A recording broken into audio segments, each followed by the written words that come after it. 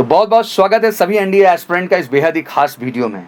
अगर आजकल की हम बात करें तो कैंडिडेट एनडीए की तैयारी क्लास 10th के बाद शुरू कर देते हैं और मुझे लगता है कि एनडीए की तैयारी करने की सबसे बेहतरीन टाइमिंग यही है जो हर बच्चे को और हर गार्जियन को समझना चाहिए कि अगर वाकई में नेशनल डिफेंस एकेडमी आपका सपना है तो मुझे लगता है 10th के बाद इसकी तैयारी शुरू करना सबसे परफेक्ट टाइम है। इसीलिए एमकेसी का एनडीए फाउंडेशन प्रोग्राम देश में बेहतरीन तरीके से रन कर रहा है और देश के हर कोने से बच्चे एमकेसी के एनडीए फाउंडेशन 2 ईयर प्रोग्राम का हिस्सा बनते हैं केवल एक जज्बे और विजन को लेकर के उन्हें किसी भी कीमत पे नेशनल डिफेंस एकेडमी का हिस्सा बनना है।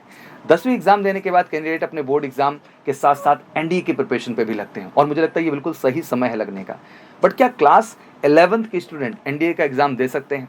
तो ये बड़ा प्रश्न है और बच्चे अक्सर हर प्लेटफॉर्म पे आके मुझसे पूछते रहते हैं कि सर जैसे मैं 11th में हूँ तो 11th में ही रहते हुए जो अटेम्प्ट आ रहे हैं क्या उन अटेम्प्ट्स के लिए हम एलिजिबल हो जाते हैं? तो चलिए क्वेश्चन सबसे ज़्यादा मुझे लगता है कि एनडीए एस्पिरेंट को कंफ्यूज भी करता है और 10th के बच्चों में बड़ी क्यूरियोसिटी रहती है। तो आज का जो सेशन है उसी चीज़ को लेकर है, तो आज इस क्वेश्चन का मैं डाउट खत्म करूंगा और बिल्कुल क्लैरिटी आपको मिल जाएगी। तो चलिए शुरू करते हैं। एनडीए एग्जाम के लिए जब एजुकेशन क्वालिफिकेशन एलिजिबिलिटी को हम देखते हैं तो उसमें मेंशन होता है 12th अपीयरिंग और 12th पास्ड।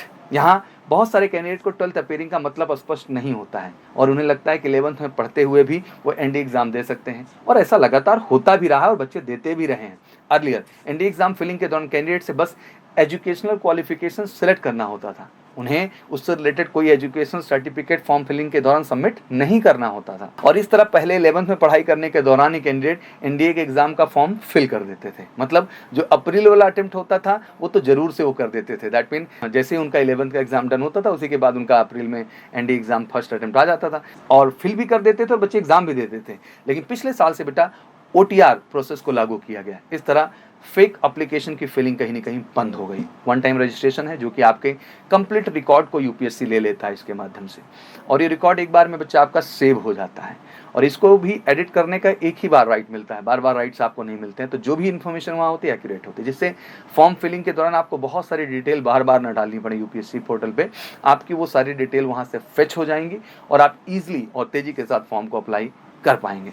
एनडीए का फॉर्म फिल करने के लिए कैंडिडेट्स को 12th अपीयरिंग होना चाहिए। 12th अपीयरिंग का मतलब ये होता है कि जो बच्चे 12th में पढ़ाई कर रहे हों, दैट मीन वो 12th में पढ़ाई कर रहे हों, 11th में नहीं। ध्यान रखिएगा, अगर कैंडिडेट 11th में पढ़ते हुए एनडीए का फॉर्म फिल करता है तो कहीं ना कहीं अब ध्यान रखिएगा आगे चल के बेटा यूपीएससी एग्जाम में अपीयर होने में आपको दिक्कत हो जाएगी। यहाँ है बेटा 12th अपीयरिंग, दैट मीन आप 12th में पढ़ रहे हो, मतलब जैसे ही 11th का एग्जाम आपने डन किया, दैट मीन फरवरी में हो गया, मार्च में हो गया आपका 11th का एग्जाम जैसे ही डन हुआ बेटा वैसे ही आप 12th में एंट्री करते हो। 12th में जब आप एंट्री कर लेते हैं तो आप एलिजिबल हो जाते हैं इस फॉर्म को अप्लाई करने के लिए। दैट मीन जो आपका सितंबर अटेम्प्ट आता है आपके 11th एग्जाम के बाद, ठीक है ना, उसमें आप इसमें एलिजिबल हो जाते हैं। तो अब एनडीए का फॉर्म बिल्कुल 12th में आप रहें भर भी सकते हैं और उस समय दे सकते हैं बेहतरीन तरीके से। और 12th के बाद तो बहुत सारे ऑप्शन खुलते हैं बच्चा। 12th अपीयरिंग में आप जैसे हैं तो आपने सितंबर अटेम्प्ट देना है, फिर बच्चे उसको भी अपीयर होते हैं, फिर बोर्ड भी देते हैं अपना मार्च में, पुनः अप्रैल में फिर एनडीए देते हैं। तो बहुत सारे बच्चे ऐसे हैं जो 12th क्लियर करके आते हैं तो उनके साथ सबसे बड़ी प्रॉब्लम यही है कि वो 2 चांस अपने गंवा के आते हैं ओवरऑल। तो बहुत ज़रूरी हो जाता है कि अगर आप 10th के बाद ही तैयारी शुरू कर देते हैं 2 साल के लिए तो that is the best plan, क्योंकि 2 साल की तैयारी आपको सफलता के राह पे ले जाती है। और 11th के बाद भी आप 1 ईयर के लिए जुड़ सकते हैं और दोनों ही तरह के प्रोग्राम के लिए आप सबका स्वागत है मेजर कलसी क्लासेस में। एनडीए फाउंडेशन के स्पेशल बैचेस 2 ईयर के लिए भी और 1 ईयर के लिए, 10th के बाद 2 ईयर के लिए बच्चा और 11th के बाद 1 ईयर के लिए। वैसे भी फौज की प्रिपरेशन की जब बात आती है बच्चा तो एकेडमिक्स के साथ साथ एक बेहतर पर्सनैलिटी भी चाहिए होती है और जब तक आप घर से निकल के बाहर नहीं आएंगे, जब तक एक लाइफस्टाइल आप नहीं जिएंगे, तब तक आप में वो एलक्यूज का निखार नहीं होगा, ऑफिसर लाइक क्वालिटीज़ का।